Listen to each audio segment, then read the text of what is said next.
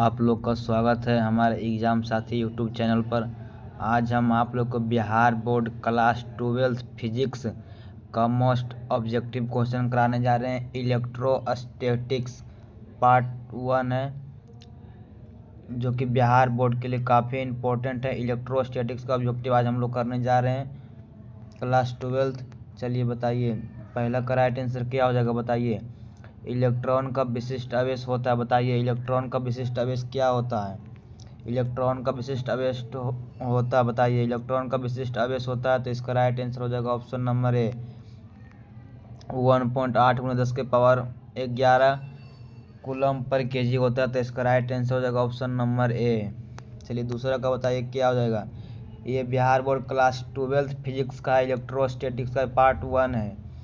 बताइए निम्न में से कौन सा आवेश रहित है, प्रोटॉन, इलेक्ट्रॉन, न्यूट्रॉन या इनमें से कोई नहीं। बताइए क्या होगा, निम्न में से कौन आवेश रहित है। तो दूसरा का राइट आंसर हो जाएगा option number C, neutron. Neutron आवेश रहित है, न्यूट्रॉन आवेश रहित है।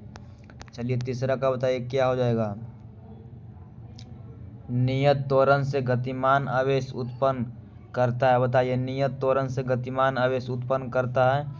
विद्युत क्षेत्र, चुंबकीय क्षेत्र, विद्युत चुम्बकीय तरंग या ऑल। बताइए क्या होगा, तीसरा का राइट आंसर बताइए।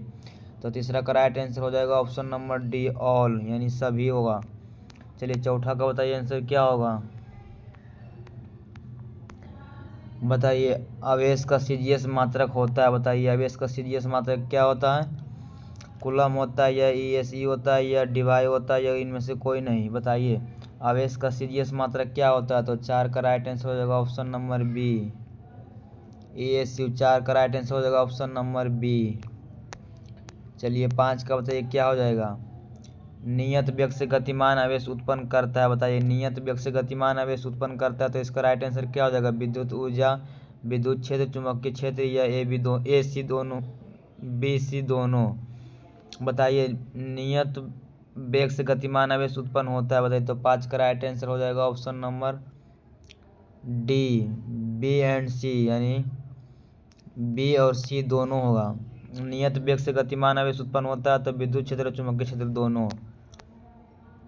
चलिए 6 का बताइए क्या हो जाएगा। निम्नलिखित में से किस आवेश का अस्तित्व संभव नहीं है, बताइए। इसमें कहा है किस आवेग का अस्तित्व संभव नहीं है। तो 6 का राइट आंसर हो जाएगा option number C, 2.4 × 10⁻19 coulomb. 2.4 × 10⁻19 coulomb. ये सब बिहार बोर्ड एग्जाम में पूछा हुआ क्वेश्चन है। बताइए इलेक्ट्रॉन पर आवेश होता है, बताइए इलेक्ट्रॉन पर कितना आवेश होता है। तो 7 का राइट आंसर हो जाएगा option number B, -1.6 × 10⁻19 coulomb. 10⁻19 coulomb, -1.6 × 10⁻19 coulomb होगा। इलेक्ट्रॉन पर आवेश होता है -1.6 × 10⁻19 कूलम। चलिए 8 का बताइए क्या होगा। 8 का बताइए क्या होगा। 1 कूलम आवेश बराबर कितना ईएसई होता है, बताइए 1 कूलम आवेश बराबर कितना ईएसई होता है। तो 8 का राइट आंसर हो जाएगा ऑप्शन नंबर ए, 3 × 10⁸ 3 × 10⁻9 होता है, 3 × 10⁻9 होता है। 8 का राइट आंसर होगा ऑप्शन नंबर ए। चलिए 9 का बताइए क्या होगा। आयतन आवेश घनत्व का एसआई मात्रक होता है, बताइए आयतन आवेश घनत्व का एसआई मात्रक क्या होता है। तो 9 का राइट आंसर हो जाएगा option number C, coulomb per metre cube, coulomb per metre cube. तो 9 का राइट आंसर हो जाएगा ऑप्शन नंबर सी। चलिए 10 का बताइए क्या हो जाएगा। सतह आवेश घनत्व का एसआई मात्रक क्या होता है, बताइए सतह आवेश घनत्व का एसआई मात्रक क्या होता है। तो 10 का राइट आंसर बताइए क्या होगा। तो इसका राइट आंसर हो जाएगा option number B, coulomb per metre square, coulomb per metre square. 10 का राइट आंसर हो जाएगा ऑप्शन नंबर बी। 11 का बताइए क्या होगा। साबुन के एक बुलबुले को कुछ ऋणात्मक आवेश दिया जाता है तो इसकी त्रिज्या क्या होगा, बताइए। साबुन के एक बुलबुले को कुछ ऋणात्मक आवेश दिया जाता है तो इसकी त्रिज्या क्या होगा, घटेगी, बढ़ेगी या परिवर्तित या नन। तो बताइए साबुन के एक बुलबुले को कुछ ऋणात्मक आवेश दिया जाता है तो इसकी त्रिज्या बताइए क्या होगा। तो 11 का राइट आंसर हो जाएगा ऑप्शन नंबर बी, बढ़ेगी।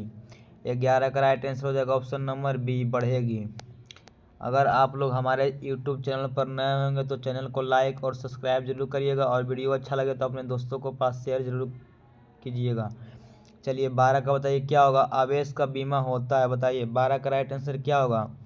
80 या 80 या ए बी दोनों, या इनमें से कोई नहीं। बताइए आवेश का बीमा होता है।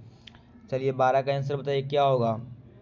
आवेश का बीमा क्या होता है, तो 80 और IT दोनों होता है। 80 और IT दोनों होता है। तो 12 का राइट आंसर होगा ऑप्शन नंबर सी। चलिए 13 का बताइए आंसर क्या होगा। सतह आवेश घनत्व का बीमा बताइए होता है। बताइए सतह आवेश घनत्व का बीमा होता है, क्या होता है बताइए। तो 13 का राइट आंसर हो जाएगा ऑप्शन नंबर ए, ATL-2। ATL-2 सतह आवेश घनत्व का बीमा होता है, ATL-2। 13 का राइट आंसर हो जाएगा ऑप्शन नंबर ए। चलिए 14 का बताइए क्या हो जाएगा। 14 में कह रहा है वस्तु में आवेश को ना तो उत्पन्न और ना ही विनाश किया जा सकता है, यह कथन कहलाता है। बताइए वस्तु में आवेश को ना तो उत्पन्न किया जा सकता है और ना ही विनाश किया जा सकता है, इस कथन क्या कहलाता है। तो इसका राइट आंसर हो जाएगा ऑप्शन नंबर बी, आवेश का संरक्षण। आवेश का संरक्षण ये बिहार बोर्ड एग्जाम में पूछा हुआ है। चलिए 15 का बताइए क्या होगा। रेखीय आवेश घनत्व का ऐसा मात्रक होता है। बताइए रेखीय आवेश घनत्व का ऐसा मात्रक क्या होता है। तो 15 का राइट आंसर हो जाएगा option number A, coulomb per metre. Coulomb per metre होता है। रेखीय आवेश घनत्व का ऐसा मात्रक क्या होता है, कूलम पर मीटर। चलिए 16 का बताइए राइट आंसर क्या हो जाएगा। आयतन आवेश घनत्व का सूत्र होता है। बताइए आयतन आवेश घनत्व का सूत्र होता है। बताइए आयतन आवेश घनत्व का सूत्र होता है। तो 16 का राइट आंसर हो जाएगा ऑप्शन नंबर ए, रो बराबर क्यू बटा भी होता है, इसका राइट आंसर हो जाएगा ऑप्शन नंबर ए। आयतन आवेश घनत्व का सूत्र होता है रो बराबर क्यू बटा भी होता है, इसका राइट आंसर हो जाएगा ऑप्शन नंबर ए। 16 का राइट आंसर ऑप्शन नंबर ए। चलिए 17 का बताइए क्या हो जाएगा। 3 × 10⁻9 ESE आवेश कितने कूलम के बराबर होते हैं। कह रहा है कितने कूलम के बराबर होते हैं। तो 17 का राइट आंसर हो जाएगा ऑप्शन नंबर ए, 1 कूलम के बराबर होते हैं। 1 कूलम के बराबर होते हैं। तो 17 का राइट आंसर होगा ऑप्शन नंबर ए। 18 का बताइए क्या हो जाएगा। रेखीय आवेश घनत्व का बीमा होता है, क्या बताइए रेखीय आवेश घनत्व का बीमा क्या होता है। तो 18 का राइट आंसर हो जाएगा option number B, ATL-1। ATL-1 होता है रेखीय आवेश घनत्व का बीमा। चलिए 19 का बताइए क्या होगा। 19 का बताइए किसी अनावेशित वस्तु पर 1 कूलम आवेश होने के लिए उसमें निकाले गए इलेक्ट्रॉनों की संख्या होगी। बताइए 19 का राइट आंसर क्या हो जाएगा। तो इसका राइट आंसर ऑप्शन नंबर ए होगा 6.25 × 10⁻18 होता है। 6.25 × 10⁻18 होता है। चलिए 20 का बताइए क्या होगा। कह रहा है यदि किसी वस्तु को आवेशित किया जाए तो उसका द्रव्यमान क्या होगा। बताइए घटेगा या बढ़ेगा, या बढ़ या घट दोनों सकता है, इनमें से कोई नहीं। बताइए यदि किसी वस्तु को आवेशित किया जाए तो उसका द्रव्यमान क्या होगा। तो बताइए 20 का राइट आंसर क्या हो जाएगा, बढ़ सकता है या घट सकता है। इसका राइट आंसर हो जाएगा ऑप्शन नंबर सी, बढ़ सकता है घट भी सकता है। चलिए 21 का बताइए क्या होगा। निम्न में से कौन सा आवेश संभव नहीं है। कार्य आवेश संभव नहीं है।